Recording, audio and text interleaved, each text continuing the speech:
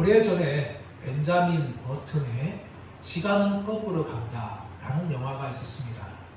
이 영화는 벤자민 버튼의 기이한 사건이라는 단편 소설을 영화로 만든 것이며, 잘 알고 있는 브래드 피트라는 미남 배우가 주연한 영화입니다. 이 영화의 시작은 1918년도 제1차 세계대전 때에 미국 뉴올리언주에 한 아기가 태어나면서 시작합니다. 그 아이가 태어났는데 태어날 때 아기의 모습이 너무나 놀라운 거예요. 보통 평범한 아기의 얼굴이 아니라 80세가 된 노인의 얼굴과 몸을 가지고 아기가 태어납니다. 부모가 그 아기를 보면서 경악을 합니다. 그리고 아버지는 그 아이를 양로원에 그렇게 넘겨버립니다. 이 아기는 태어날 때부터 80세가 된 노인의 몸으로 태어나서 양로원에서 살기 시작을 합니다. 거기서 자랐습니다. 12살이 되었을 때에 60세 정도의 사람의 얼굴과 몸을 가지게 되었습니다. 그리고 세상에서 나가서 이제 살아야 했었습니다. 그런데 그때 누굴 만나는가 하면 5살짜리의 소녀 데이지라는 여자아이를 만납니다. 너무나 푸른 눈동자를 가지고 있는 그 여자아이를 보면서 12살의 이 벤자민 버튼은 그 아이에 대한 마음을 가지게 되어집니다. 시간이 지나면서 이 벤자민 버튼은 점점 이제 젊어지기 시작하면서 이 데이지를 만나게 되어집니다. 그리고 데이지는 점점 숙녀가 되어가고 있고, 벤자민 버튼은 이제 50세 정도 된 중년 남자가 되어집니다. 만남을 반복합니다. 그러다가 둘은 사랑에 빠지게 되어집니다. 그리고 벤자민 버튼은 점점 젊어지고, 데이지는 나이가 들면서 이 젊을 때에 정말 뜨거운 사랑을 하게 되어집니다. 하지만 시간은 계속 흐를수록 벤자민 버튼은 더욱더 젊어져가고, 그리고 데이지는 더욱더 늙어갑니다. 마침내 벤자민 버튼은 20대 청년이 되었지만 이 데이지라는 소녀는 노인이 되고 말았습니다. 결국 벤자민 버튼은 이 데이지라는 소녀, 그 당시에 할머니가 된 그 여인을 떠나는 것으로 영화가 끝이 납니다. 물론 현실 속에서 시간이 영리로 흐른다는 것은 있을 수가 없습니다. 하지만 모든 인간들은 순리 가운데 살아가든 영리 가운데 살아가든 인간은 시간 속에서 살아가는 존재라는 것을 벤자민 버튼의 시간은 거꾸로 흐른다, 간다에서 말하고 있는 것입니다. 이 땅에 태어난 모든 인간들은 시간 속에서 살아갑니다. 그런데 그 시간은 영원하지 않습니다. 마치 모래시계를 거꾸로 올렸을 때에 그 많던 모래가 시간 되어지면 다 밑으로 떨어지듯이 우리 인생에 주어진 모래시경 같은 시간들은 시간이 흘러가면 다 사라지고 마는 것이고, 마지막 종착역인 죽음에 이르게 되어지는 겁니다. 이것이 바로 인생입니다. 솔로몬은 이 저도서를 통하여서 우리에게서 끊임없이 반복하면서 무엇을 말하고 있습니까? 우리 인간은 다 죽음의 한계 아래 있다는 것입니다. 그런데 그 죽음을 바라보면서 절망하고 낙심하며 살아가지 말고 그 한계를 가지고 있는 인생 가운데에서 가치 있게 살아가라고 이 전도서에서 우리에게 말하고 있습니다. 사람은 누구나 태어날 때 모두가 다 축복 속에서 태어납니다. 대부분 다 태어날 때 다 축복을 받습니다. 그런데 죽을 때에 모두가 다 축복받는 인생으로 끝나는 것은 결코 아니라는 겁니다. 우리의 평생에 살아가지만 그 마지막 순간은 어떤 사람에게는 축복일 수 있지만 어떤 사람은 그렇지 않을 때가 있습니다. 태어나는 것은 우리가 어떻게 할 수가 없어요. 그러나 우리가 마지막 죽을 때에 사람들로부터 축복받는 그런 인생을 사는 것은 우리 모두에게 달려 있는 것이 바로 우리의 인생입니다. 이런 인생을 살아가면서 솔로몬은 우리에게 무엇을 말하고 있습니까? 우리는 미래를 알지 못하는 인생이라고 솔로몬이 말합니다. 1절 말씀 볼까요? 이 모든 것을 내가 마음에 두고 이 모든 것을 살펴본즉 의인들이나 지혜자들이나 그들의 행위가 모두 다 하나님의 손에 안에 있으니 사랑을 받았는지 미움을 받았는지 사람이 알지 못하는 것은 모두 그들의 미래의 일들입니다. 이 땅을 살며 살아가는 모든 사람들은 다 현재를 살아갑니다. 현재만이 우리가 관리할 수 있고 우리가 사용할 수 있는 시간입니다. 이미 지나간 과거는 우리의 능력 밖에 있는 것입니다. 가끔 드라마나 영화를 보게 되어지면 과거로 돌아가서 그 과거를 바꾸려고 하는 그런 드라마와 영화들이 많이 등장합니다. 제 중학교 때 나왔던 마이클 폭스가 주연했던 백투더 퓨처 시리즈가 바로 그런 내용입니다. 지금도 드라마, 우리나라 도로 드라마 보면 조선시대 들어와가지고 그 조선시대 활동하는 그런 내용들이 이 드라마에서 많이 다뤄지고 있습니다. 그러나 그것은 현실적으로 100% 불가능한 이야기죠. 또한 미래는 어떻습니까? 미래는 앞으로 다가올 시간들입니다. 우리의 권한 밖에 있는 것입니다. 우리는 오직 현재만이 우리가 살아갈 수 있는 시간이고 사용할 수 있는 시간입니다. 솔로몬은 무엇을 말합니까? 미래에 대해서 우리는 알지 못한다라고 이야기하고 있습니다. 그러면서 이 땅을 살고 살아가는 우리가 미래가 어떻게 될지 아무도 알지 못한다라고 이야기하는 것입니다. 아무리 지혜롭게 살고 아무리 어렵게 살아간다 할지라도 앞으로 미래가 어떻게 될지 그 지혜로운 자도 또 의로운 자들도 아무도 모른다고 말하는 것입니다. 우리가 살펴본 말씀처럼 저도 7장 15절 말씀 보시면 의인이라도 멸망하는 자가 있고 악인이라도 장수하는 자가 이 땅에 있다고 이야기하고 있습니다. 그러므로 이 땅에서 아무리 순하게 살아간다 하더라도 그것이 꼭 인생의 선으로 열매 맺을 것인가에 대해서는 아무도 장담하지 못한다. 그것은 우리 인간의 권한 밖에 있는 이야기다 라고 이야기하면서 솔로몬은 누구의 손에 있다고 이야기하고 있습니까? 하나님의 손 안에 있다라고 이야기하고 있습니다. 미래의 모든 것들은 다 하나님 손 안에 있는 것이며 또 그것이 사랑받을는지 미움받을 것인지 우리 인간은 전혀 알지 못한다 라고 이야기합니다. 우리는 이 땅에 살면 착하게 살면 내 인생이 잘 될 것이다 그렇게 생각하고 악하게 살았던 다 멸망할 것이다 라고 일반적으로 생각합니다. 그것이 권선징악이 아닙니까? 그런데 세상 보십시오 여러분. 우리가 아무리 성실하게 살고 착하게 산다 할지라도 때로는 세상은 우리를 위해서 그런 합당한 열매를 주지 않을 때가 얼마나 많은지 모릅니다. 세상에서 악하게 산다는 사람이 할지라도 꼭 많은 것은 결코 아닙니다. 세상에서 오히려 그들이 형통하고 잘 사는 사람들 너무나 많은 것이 이 세상의 모습이 아닙니까? 이것이 바로 우리가 살고 있는 인생의 모습입니다. 그렇다면 우리가 미래를 알지 못하는 이 미래에 대해서 우리 믿음의 사람들이 해야 할 일은 무엇일까요? 그것은 우리 인생의 모든 것들을 하나님께 다 맡기고 선하신 하나님께서 나를 인도하실 것이라는 것을 믿는 것인 줄 믿습니다. 그것이 바로 저와 여러분들이 해야 할 일입니다. 제 인생을 돌아보면 참 인생에 짧은 인생이지만 많은 어려움도 있었지만 최근 한 2년 전에 제 인생에 참 큰 아픔이 있었습니다. 담임 목사를 하다가 갑자기 이 담임 목사에서 사역을 하게 되었습니다. 그때 저에게는 두 가지 감정이 생겼어요. 하나는 분노입니다. 나에게 이런 고통을 준 사람들에 대한 분노가 제 안에서 치밀어 올랐어요. 또 한 가지 무엇인가 하면 나는 앞으로 어떻게 될 것인가? 앞으로 어떻게 살아가야 될 것인가? 미래에 대한 걱정과 염려가 공존했습니다. 한쪽에는 분노가 일어나고 한쪽에서 미래에 대한 걱정과 염려가 생겼습니다. 그러나 하나님께서 참 많은 분들을 통하여서 저를 위로해 주셨고 저의 분노의 마음을 만져주셨어요. 또 한편으로는 미래에 대한 걱정과 염려는 하나님께서 말씀을 통하여 참 많이 저에게 위로해 주셨습니다. 흔들 때마다 하나님이 말씀을 주시는 거예요.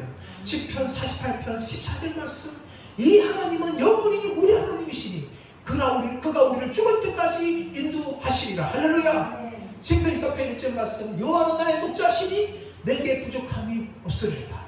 4절 말씀, 내가 사망의 음침한 골짜기로 달을지라도 해를 두려워하지 않을 것은 주께서 나와 함께 하시니라. 주의 지팡이와 막대기가 소리가 나를 안위하시나이다.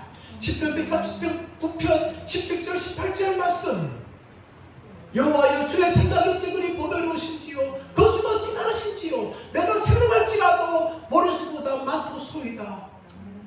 그렇게 하나님께서 수많은 말씀들로 저에게 위로해 주셨고, 또 최근에는 시편 31편 15절 말씀, 나의 앞나의 주의 손에 있사오니 내 원수들과 나를 압제한 자들의 손에서 나를 건져내 주옵소서. 이런 말씀들이 저에게 많은 위로가 되는 거예요. 사람 여러분, 우리는 미래를 알지 못합니다. 미래를 알지 못하기 때문에 우리 마음 가운데 걱정과 염려가, 미래에 대한 두려움이 있습니다.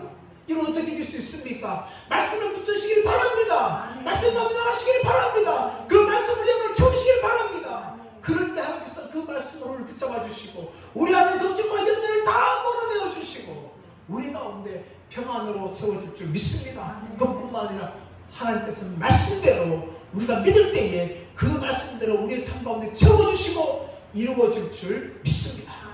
또 솔로몬은 우리에게 무엇을 말합니까? 우리 인생은 어느 누구도 죽음을 피해갈 수 없는 인생이라고 말하고 있습니다. 2절 말씀 보십시오. 모든 사람에게 임하는 그 모든 것이 일반이라.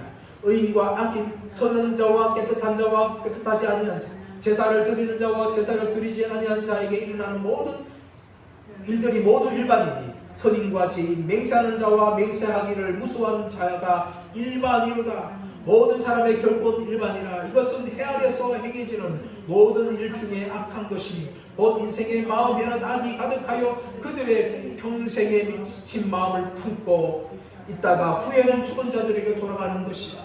여러분, 솔로몬이 이제 3절에서 무엇을 말합니까?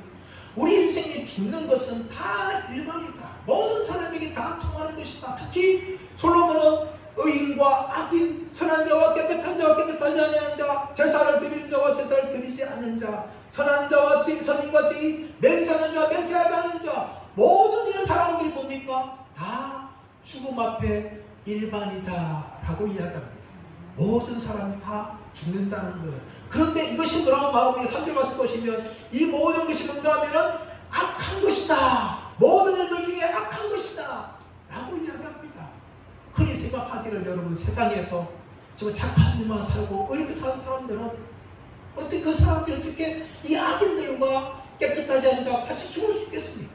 마치 불합리처럼 느껴져요. 그런데 솔로몬은 무엇을 말합니까? 아무리 이 세상에 악하게 산 사람이라 할지라도 또 이 사람 아무리 선하게 산 사람이라 할지라도 모두 다 죽는 것이 일반인 것이다. 그것이 인간에게 정해진 운명이다 라고 이야기합니다. 여기에 대해서 히브리서 9장 6절에서는 한 번 죽는 것은 사람에게 정하신 것이요 그 외에는 심판이 있으리라 라고 이야기합니다. 한 번 정해진 것은 사람에게 정해진 것이, 한 번 죽는 것은 사람에게 정해진 것이라고 이야기합니다. 왜 정해진 것입니까? 바로 죄의 결과 때문입니다. 로마서 6장 3절 말씀 보시면 죄의 삭은 사망이요 하나님의 은사는 그리스도 예수 안에 있는 영생이다 라고 이야기하고 있습니다. 죄의 결과는 뭐라고요? 사망이라는 거예요.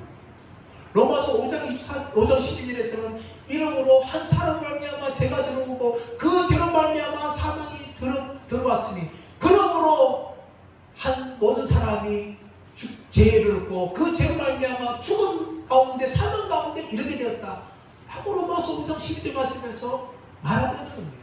아담과 하와의 죄는 인간 모두에게 다 영향을 미쳤고 그 결과로 모든 인간들은 죽음에 이르게 되었다 라고 성경은 말하고 있는 것입니다. 그런데 이렇게 죽음에 이르는 인간들이 가지고 있는 죄가 우리 마음에 무엇을 말하고 있습니까? 3절 말씀 보시면 미친 마음이다 라고 이야기합니다. 악이 가득하여서 그들의 평생에 미친 마음을 품고 있다가 우리 인간들은 죄덩어리로서 평생 미친 마음, 죄를 풍성하게 가지고 있다가 그렇게 살다가 죄 가운데 죽는 것이 우리 인간들입니다. 최근에 여러분 홍범도 이 장군의 흉상을 옮기는 문제를 해서 우리나라 안에서 사상적인 싸움이 있었어요. 진보와 보수 간에서 막 격렬하게 싸웠어요. 국방부에 있던 거 왜 옮기냐 하면서 국군이 아무렇지도 하면서 반대하고 어떤 사람은 아니다 그렇게 이야기합니다. 여러분, 우리나라에 정말 일제치하에서 독립군들이 정말 많았어요. 독립운동이 정말 많았습니다. 그런데 그 모든 사람들이요, 결코 순수한 그런 사람들만은 아니었습니다. 순수하게 정말 독립운동만을 위해서 살았던 사람들이 결코 아니었어요. 최근에 저는 유튜브를 접하면서 그분들의 독립운동가들의 공과 과를 모두 다 보게 되었어요. 물론 그분들의 정말 독립운동을 위한 그 헌신들 우리는 잊지 말아야 됩니다. 정말 많은 사람들이 정말 독립운동을 해서 피를 흘렸지만 여러분, 그분들도 동일하게 죄인이었다는 것을 우리는 결코 잊지 말았습니다. 독립운동하면서 얼마나 많은 사람들을 살인하고 또 약탈하고 그리고 강간과 성적인 범죄를 저지르고 또 테러를 자행하는 이런 일들, 그런 일들 여러분, 순수하게 일제 병사들 일본인들만 하는 것이 아니라 만주에 있는 우리 국민들, 만주에 있는 조선인들 향하여서 그런 죄악들을 독립운동가들이, 독립투사들이 저질렀다는 것이 다 밝혀지고 있는 것입니다. 그러니까 무엇을 말하고 있습니까? 아무리 겉으로는 의로움처럼 보이는 인간이라 할지라도 모두가 다 죄 가운데 살아가고 있다는 것을 말합니다. 이 땅에서 나는 법 없이 산다 라고 말하는 사람도 그 안에도 얼마나 많은 죄악된 생각들을 하면서 또 남들이 보지 않을 때 죄를 지으면서 살아가는지 모릅니다. 이것이 여러분 인간의 실체예요. 솔로몬은 무엇을 말하고 있습니까? 우리 인간은 모두 다 죽는 존재인데 그 죽음을 향하기까지 우리 마음에는 온갖 미친 마음을 품어가면서 그렇게 평생을 살아가는 것이 우리 인간들의 실존이라는 것을 솔로몬이 그렇게 드러내고 있습니다. 여기에 대해서 누가 아니라고 말할 수 있는 건 누가 있을까요? 그런데도 불구하고 솔로몬은 그래도 살아있는 자가 죽은 자보다 낫다라고 4절 말씀만 합니다. 4절 말씀 볼까요? 4절 5절 말씀 보시면 모든 산자들 중에 들어있는 자에게는 누구나 소망이 있음은 산개가 죽은 사자보다 낫기 때문이라. 산자들은 죽은 줄을 알 때 죽은 자들은 아무것도 모르며 그들이 다시는 상을 받지 못하는 것은 그들의 이름이 잊어버림바 됨이니라.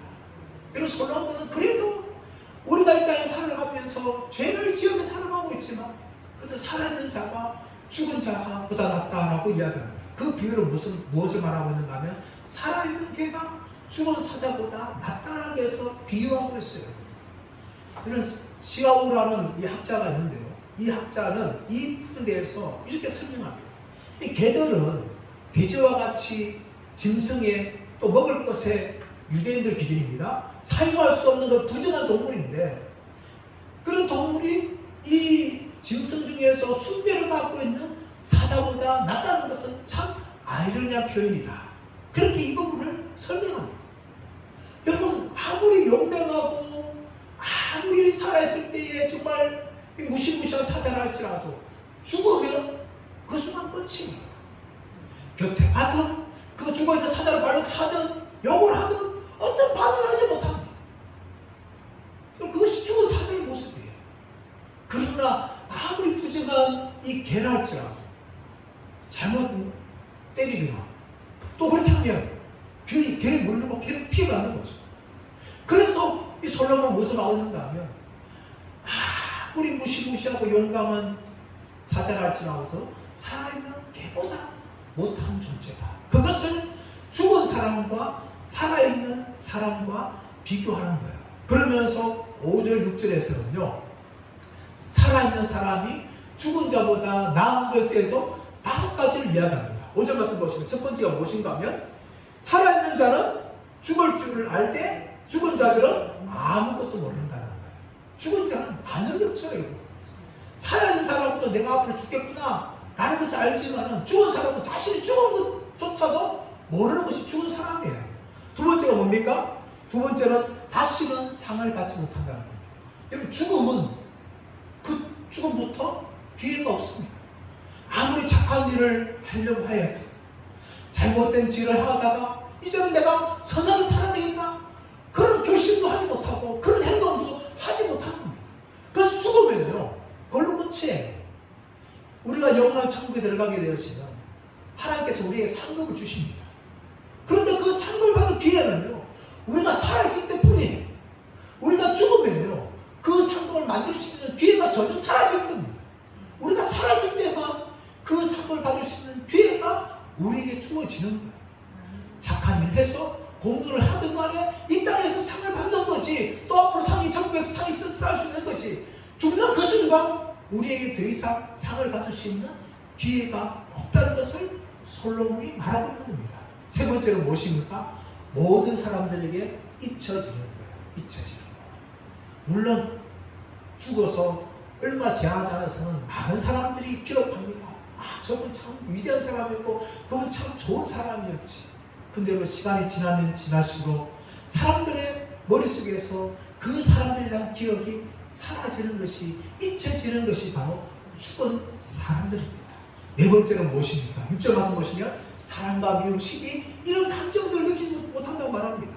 그들의 사랑과 미움과 시기도 없어진 지 오래이니라고 이야기하는 거예요. 그래서 죽으면 그 순간 사랑도 할 수 없고 미움도 할 수 없고 시기도 할 수 없는 거예요. 이 사랑과 미움과 시기라는 이 모든 감정들은요, 우리가 살아있을 때에 가질 수 있는 것이고 표현할 수 있는 것이죠. 그러나 죽으면 이런 어떤 감정도 품을 수가 없는 것입니다. 다섯 번째는 무엇입니까? 더 이상 이 땅에서 누릴 수 있는 몫이 없다라고 이야기합니다. 6절 하반절 말씀 보시면 해 아래서 행하는 모든 일들 중에서 그들에게 돌아갈 몫은 영원히 없느니라. 해 아래에서 돌아갈 영원한 몫이 없다는 거예요, 여러분. 여러분, 이 땅에 살아있을 때에 우리는 이 땅에서 이 땅에 있는 것들을 누릴 수가 있습니다. 좋은 아파트에서 잠을 잘 수도 있고요, 생활할 수도 있고, 또 맛있는 거 먹을 수도 있고, 또 여행 가서 또 누리고 볼 수도 있는 것입니다. 그것이 바로 이 땅에서 살아있는 사람들이 누릴 수 있는 몫이라는 거죠. 그런데 죽는 그 순간요, 이 땅에서 누릴 수 있는 그 몫은요, 영원히 돌아가지 않는다는 겁니다. 죽은 사람은 더 이상 이 땅에서 누릴 수 있는 즐거움을 누리지 못한다라고 솔로몬이, 그래서 상계가 죽은 사자보다 낫다라는 비유를 하면서 살아있는 사람이 죽은 사람보다 낫다라고 솔로몬이 말하고 있는 것입니다. 죽음은 그 순간의 끝입니다. 사람들의 기억에 사라지고 아무 이 땅에서 이들을 누릴 수도 없고 또 이 땅에서 상을 받을 수 있는 기회가 다 사라지는 것이 이 바로 죽은 자의 모습이라는 것입니다. 그런데 이 죽음은요, 솔로몬은 누구도 피할 수 없다. 선한 사람이나 악한 사람이나 깨끗한 사람이나 깨끗하지 않은 사람이나 제사 드리는 사람이나 제사 드리지 않는 사람이나 어떤 사람도 이 죽음을 피할 수 없다라고 솔로몬이 말하고 있는 것입니다. 그런데 솔로몬은 이런 우리들에게 더 이상 낙심하고 절망하지 말라 하면서 삶에 대한 긍정적인 것을 우리에게 말하고 있습니다. 그렇다면 솔로몬이 말하고 있는 이 살아있는 사람들에 돌아갈 몫은 무엇인지 대해서 7절에 10절에서 솔로몬은 세 가지를 이야기하고 있습니다. 첫 번째는 무엇인가 하면 이 땅에서 먹고 마시는 것을 즐기고 옷 입으며 머리에 기름을 바르고 또 아름답게 살아가라고 이야기하고 있는 것입니다. 10절 8절 말씀 보십시오. 너는 가서 기쁨으로 내 음식물을 먹고 즐거운 마음으로 내 포도주를 마실지어다. 이는 하나님이 내가 하는 일들을 벌써 기쁘게 받으셨음이니라. 내 의복을 항상 희귀하며 내 머리에 향기름을 끝이지 아니하도록 할지니라. 솔로몬은 무엇을 말합니까? 너는 먹고 마시는 것을 즐기라. 왜냐하면 하나님이 이 모든 것을 기쁘게 받으셨다 하고 솔로몬이 이야기하고 있는 것입니다. 그리고 솔로몬은 말하고 있는 이 먹고 마시는 것 보면은 음식물을 이야기하고 있고 포도주를 이야기하고 있습니다.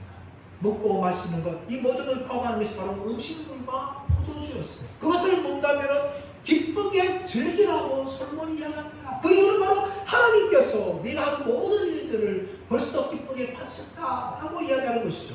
여기에 대해서 유진 피터스는 메시지라는 성경에서 이렇게 말합니다. 인생을 즐기라. 기쁨으로 떡을 먹고 즐거운 마음으로 포도주를 마시라. 정말이다. 하나님은 여러분이 즐거워하는 것을 기뻐하신다. 여러분, 하나님께서는 결코 우리가 이 땅에서 먹고 마시는 즐거워하는 것을 죄라고 말하지 않습니다. 하나님께서는 우리 인간을 창조하실 때에 마지막 6일째 하나님께서 창조하셨어요. 6일째 동물을 만드시고 그리고 마지막으로 인간을 만드셨죠. 근데 왜 하나님께서 인간이 정말 가장 귀한 존재라면 첫째 날 만드셔야 되는데 첫째 날 만들지 않고 6일째 만드신 이유가 무엇일까요? 그것은 무엇인가 하면 인간이 이 땅에서 누리고 즐길 수 있는 모든 것들을 다 만드신 후에 인간을 6일째에 두신 거예요. 자연마음을 다 만드시고 또 인간이 먹을 수 있는 모든 것들을 다 만드신 후에 그리고 마지막 날 하나님께서는 인간을 만드신 것입니다. 그런 말미암아 인간이 이 땅에 만든 모든 것들을 뭡니까? 다 누리게 하신 거예요. 첫째 날 만들었으면 인간은 굶어 죽었을 것입니다. 근데 하나님께서 그렇게 하자면 안 하셨어요. 마지막 6일째에 이 땅의 모든 걸 다 만들어서 인간을 다 준비한 후에 하나님이 인간을 만드신 거죠. 마치 아기를 출산할 때에 엄마와 아빠가 아기에 필요한 모든 용품을 다 준비한 후에 아기를 출산한 것이죠. 그래서 아기를 낳으면 그 출산한 아기의 모든 걸 다 제공하듯이 하나님께서는 그렇게 인간에게 준비하시고 인간이 땅의 것들을 먹고 마시며 즐거워하도록 그렇게 하기를 하나님이 기뻐하신다는 거예요. 그래서 우리는요, 먹는 것을 즐길 수도 있어야 됩니다. 예수님 보십시오. 예수님 이 땅에 오셔서 하신 일이 무엇입니까? 말씀을 가르치는 도 하셨지만은 예수님이 먹고 마시는 일을 하셨습니다. 제 아들과 함께 먹고 마셨고요. 또 세리와 죄인들과 함께 먹고 마셨습니다. 얼마나 예수님께서 세리와 죄인들과 함께 먹고 마셨던지 바리새인들이 저 사람은 먹기를 탐하는 사람이로다. 세리와 죄인은 친구로다 하면서 바리새인들이 예수님을 향하여 비난하셨습니다. 예수님 십자가에서 죽으시기 전에도 예수님은 제 아들과 함께 최후의 만찬을 나누셨습니다. 레오나 다빈치에 보면 최후의 만찬이라는 그림이 있죠. 근데 사실은 그 식탁에서 먹는 것이 나오지만 유대인들은 그렇게 하지 않습니다. 삥 둘러서 비스듬히 옆으로 누워서 기대서 그렇게 음식을 먹었는데 예수님은 그렇게 제 아들과 함께 식탁을 나누는 일을 즐겨 하셨습니다. 마지막 최후 만찬까지도 예수님이 하시던 것이죠. 여러분, 예수님뿐만 아니라 초대 교회들은 무엇을 하였습니까? 그들이 구원받은 후에 그들이 한 일은 무엇입니까? 사도행전 2장 46절 47절 말씀 보시면 날마다 마음을 같이하여 성전에 모이기를 힘쓰고 집에서 떡을 떼며 기쁨과 순전한 마음으로 음식을 먹고 하나님을 찬미하며 또 온 백성에게 칭송을 받으니라고 이야기합니다. 그러므로 여러분, 하나님의 백성들 우리들은요 결코 먹고 마시는 것을 죄라고 생각하면 안 됩니다. 즐겨야 됩니다. 또 즐기는 나 혼자 하는 것이 아니라 이웃들과 함께 성도들과 함께 기쁨의 교제를 나눠야 됩니다. 그 통해서 교제하면서 우리는 그리스도 예수 안에 있는 주시는 그 놀라움과 그 사랑을 우리 함께 나누면서 그렇게 교제하는 시간들을 가져야 됩니다. 두 번째 솔로몬은 무엇을 말합니까? 이어서 무슨 말을 하는가 하면 입고 꾸미는 이라고 이야기하죠. 내 의복을 흰 옷을 입고 또 머리에 기름을 바르라. 올라가려면 너 살아갈 때에 내 얼굴로 밖에 나가지 마라. 예쁘게 화장하고 그렇게 나가라. 뭐 향수도 뿌리고 나가라. 머리를 감을 때에 그냥 비누로만 감지 말고 향기나는 샴푸로 감고 리스트 바르면서 네 몸을 한번더 꾸미라. 그리고 너 나갈 때 그냥 아무리 어떻게 나가지 말고 남들 보기에 깨끗하고 좋은 옷 입고 나가라. 그렇게 말하는 거예요, 여러분. 여러분, 이것이 하나님의 솔로몬 통해서 인생을 즐기는 방법이라고 이야기합니다. 그러므로 그리스도인들은요, 세상사람 만날 때에 우리 깨끗한 옷 입고 나가야 돼. 결코 우리 외모 때문에 여러분 불신자들이 조롱할 일이 있으면 안 됩니다. 물론 우리가 아주 명품 옷이나 고가의 옷 살 수 없을 수 있습니다. 그러나 할 수가 있으면 우리는 깨끗한 옷을 입고 다녀야 됩니다. 그뿐만 아니라 전도하는 마찬가지. 또 예배에 올 때도 최대한 깨끗한 옷을 입고 그리고 가야 돼요. 결코 사람들 앞에서 지저분하거나 또 그 외모 때문에 조롱받아서는 결코 안 됩니다. 여러분, 우리가 입는 것, 또 꾸미는 것, 화장하는 것, 그 모든 것 다 하나님께서 기뻐하신다고 그렇게 솔로몬은 이야기하고 있는 것입니다.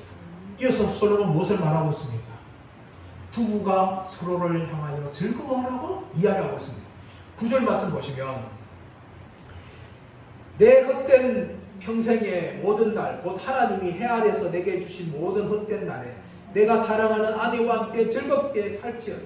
그것이 내가 평생에 헤아려서 수고하고 얻은 몫입니다. 내가 사랑하는 아내와 함께 즐겁게 살지어다. 남자를 나오기 때문에 내 아내와 함께 즐겁게 살지어다라고 말하고 있지만, 여자를 향해서 내 남편과 함께 즐겁게 살지어다, 이렇게 바꿀 수가 있는 거예요. 여러분, 이렇게 솔로몬은 부부가 서로 함께 즐겁게 살지어다 이렇게 이야기합니다. 그럼 그것이 무엇입니까? 하나님의 창조의 원리예요. 하나님이 인간을 창조하실 때, 아담을 창조하신 후에 어떻게 합니까? 아담이 혼자 사는 것을 좋지 못하고 말하면서 하와를 말합니다. 그리고 아담이 무엇을 말합니까? 남자가 그 부모를 떠나 아내와 합하여 한 몸이 될지어다 하면서 이 부부, 가정을 하나님이 만드십니다. 그러므로 그리스도인 부부들은요, 서로 함께 즐거워하며 하나됨을 힘써 수고해야 됩니다. 이 하나됨은 세 가지가 나오고 있는데, 첫 번째 무엇인가 하면 육체적인 하나됨입니다. 부부는 결혼을 통하여 육체적으로 하나 되어야 돼요. 결혼적으로 하나 되는 것이 아니라 결혼함을 통하여 육체적으로 하나 되어야 됩니다. 혼전 순결을 지켜야 되는 거예요, 여러분. 그리고 그 결혼 제도를 통하여서 부부가 육체적으로도 하나 되어야 됩니다. 근데 이 하나됨을요, 평생 지켜야 돼요. 근데 오늘을 보게 되어지면 이 육체적인 하나됨을 함부로 깨는 사람들이 너무나 많아요, 여러분. 남편이 아내 몰래, 아내가 남편 몰래 다른 남자와 다른 여자와 성적인 관계를 가지고 육체의 몸을 쏟는 일이 일어나는 일이 너무나 많습니다. 지금 그것은 하나님 결코 기뻐하지 않습니다. 잠언서 5장 17절 2절 말씀 보시면 이렇게 말하고 있습니다. 그 물이 내게만 있게 하고 타인과 더불어 그것을 나누지 말라. 내 생으로 복되게 하라. 내가 젊어서 취한 아내를 즐거워하라. 그는 사랑스러운 남사선 같고 아름다운 암노루 같으니 너는 그의 품을 항상 족하게 여기며 그의 사랑을 항상 연모하라. 내 아들아, 어찌하여 음녀를 연모하겠으며 어찌하여 이방 계집의 가슴을 안겠느냐. 이렇게 잠언서는 말하고 있는 거예요. 남편은 오직 아내인, 또 아내는 오직 남편만을 사랑하며 육체적으로 하나 될 것을 그렇게 이야기하고 있는 것입니다. 이것이 바로 결혼의 원리예요. 두 번째 하나됨은 무엇입니까? 정신적인 하나됨이죠. 가치라든지 또 생각이라든지 더 나아가서 취미라든지 이런 모든 것들이 다 하나 될 수 있도록 힘써야 됩니다. 세 번째는 무엇입니까? 영적인 하나됨이에요. 이 영적인 하나됨이 정말 중요합니다. 그래서 그리스도인들은요, 불신교를 하면 안 됩니다. 물론 결혼하고 나중에 믿는 게 어쩔 수 없지만 이 청년 총각 때 있을 때에 영적인 하나됨을 이루어야 돼요. 그래서 믿는 사람과 결혼하는 것은 너무나 중요합니다. 그래서 그리스도인들 같은 경우는 이 영적인 하나됨을 힘써야 됩니다. 내가 결혼해서 전도하면 되지. 여러분, 그거 자기 생각입니다. 성경은 이렇게 말하고 있잖아요. 구원이 내 손에 달려있습니까? 하나님 손에 달려있어요. 그래서 내가 결혼할 그 사람을 전도할 수 하면 되지 라고 생각하다가 결혼하다 평생 누구 하는 사람들이 한두 명이 아닙니다. 남편도 마찬가지, 아내도 마찬가지고 평생 동안 영적이 맞지 않아서 신앙생활 제대로 하지 못하는 사람들이 교회 안에 너무나 많은 것을 보는 것이 목회의 현실입니다. 그러므로 여러분, 영적으로 하나 되어야 됩니다. 이 그리스도인들 같은 경우는 이 하나됨, 부부가 서로 하나됨 가운데 즐거운 삶을 살아가야 된다는 것이 바로 솔로몬이 말하고 있는 것입니다. 세 번째는 무엇입니까? 일을 즐겁게 하라 라고 이야기합니다. 10절 말씀 보시면 내 손이 일하는 대로 힘을 다하여 일할지어다. 내가 장차 들어갈 서울에는 일도 없고 계획도 없고 지식도 없고 지혜도 없음입니다. 솔로몬은 무엇을 말합니까? 네가 살아있을 때에 힘을 다하여 일하라. 죽으면 너는 더 이상 일할 기회가 사라진다. 그러므로 살아있을 때에 이 힘을 다하여 일을 하라. 이것이 말합니다. 이 솔로몬의 말에 많은 사람들이 동의하지 않을 수 있어요. 왜 그런가 하면은 일에 대한 생각과 신학이 잘못된 것입니다. 많은 사람들은 일이 저주다라고 이야기합니다. 인간이 죄를 지음을 통하여 일이라는 저주가 찾아왔다, 이렇게 생각합니다. 어떤 분들은 내가 생계를 위해서 일한다, 어떤 분은 노후 준비를 일한다, 내가 돈만 많으면 일하지 않을 건데 내가 이렇게 고생하고 있다, 돌아서 고생한다 하면서 일에 대한 잘못된 생각과 더 나아가 자신의 인생을 저주합니다. 여러분, 그렇지 않습니다. 일은 무엇입니까? 일은 하나님의 하나님께서 우리 인간에게 주신 선물입니다. 하나님께서 인간에게 주신 선물이 왜 일인가 하면은 일은 인간이 타락하기 전에 주어진 것입니다. 하나님 인간을 만든 후에 하신 말씀 무엇입니까? 생육하고 번성하고 땅에 충만하라, 땅을 정복하라. 이런 주신 거예요. 그러므로 이는요, 인간이 주신 하나님의 저주가 아니라 축복인 것입니다. 왜 일이 저주가 되었을까요? 인간이 죄로 말미암아 찾아온 것이 일로 인한 고통이기 때문에 이를 저주라고 생각한 것입니다. 아닙니다, 여러분. 인간이 죄를 지은 후에도 일 자체가 저주가 된 것이 아니에요, 여러분. 이 땅에 있는 모든 것들이 다 오염됐고 또 다시 그렇게 되었기 때문에 그만큼 일을 더 많이 해야 되는 결과를 찾아왔지, 일 자체가 인간이 죄를 지은 후에도 저주가 된 것은 결코 아닙니다, 여러분. 그러면 여러분, 솔로몬은 무슨 말 합니까? 너는 죽으면 더 이상 일할 수 없으니까 죽기 전에 힘을 다하여 일을 하라, 이렇게 이야기합니다. 우리 예수님께서도 공생 사역하실 때 얼마나 많은 일을 하신지 모릅니다. 예수님께서 요한복음 5장에서 베스다 목가에서 38년의 병자를 고쳤어요. 근데 하필이면 안식일날 고쳤습니다. 문제가 되어서 바리새인들이, 유대인들이 찾아와서 왜 너는 안식일에 이런 일을 하느냐, 그렇게 따집니다. 그때 예수님께서 무엇을 말합니까? 내 아버지께서 일하시니 나도 일한다. 여러분, 하나님 아버지께서는 천지를 창조한 후에 지금도 이 지구를 포함한 온 우주를 다스리고 섭리하고 계십니다. 하나님 일하고 계신 분이에요, 여러분.